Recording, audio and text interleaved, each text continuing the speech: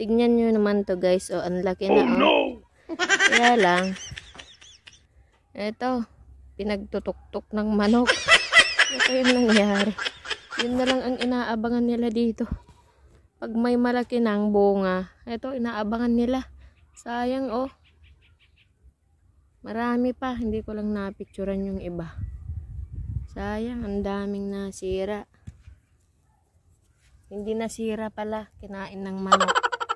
Nagkakain nila. Kawawa naman yung tatay ko. Tanim ng tanim. Nagpapakahirap. Ang init-init. Tapos kakainin lang ng manok yung mga bunga ng halaman niya. Mga pananim niya. Grabe. Tignan natin din guys yung mga pananim ng tatay ko. Yung mga bunga niya. Bunga ng melon. Wala na. Kinain na ng mga manok. Oh, sayang. Pinagkakain ng mga manok, oh. Ay. Kung hindi manok, kambing. Pinagkakain lahat ng mga dahon, ng mga tanim niya. Kukuha kami ng saluyot, guys.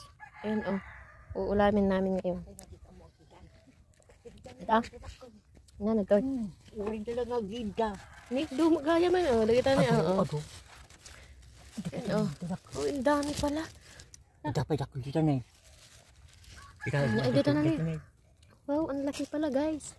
Ito oh. Oh, hindi ka ba? Ayan oh, binabantayan ni tatay kinakain ng mga manok. Ayan, dami palang bunga. Saan pa? Punta, garkata may ko kita. Ayun. Meron pa daw doon. Ayan na dahil pura. Ayan oh, nilagyan na ng kulambo ni tatay. Para hindi kainin ng manok. Ano ito tatay di puraw? Oh, meron din dyan. Oh, bilog naman yan guys. Ay, eto yun. Ayan no, tignan natin. Ayan no. Wow, malaki na. Eto naman yung ano, pabilog na melon. Iba lang din yung... Ayan. Ata. Oh. Oh, dami ng bunga guys.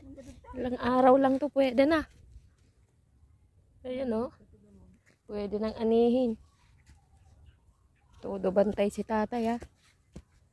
Oh, pinagkakain. Pinagkakain ng mga manok.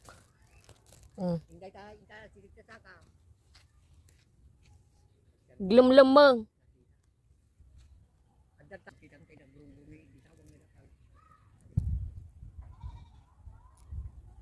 Ito guys, ang simpleng buhay namin sa probinsya. Kapag meron kang sariling tanim, meron kang aanihin. Di ba? Okay, so meron na din kaming ampalaya dito, o di ba?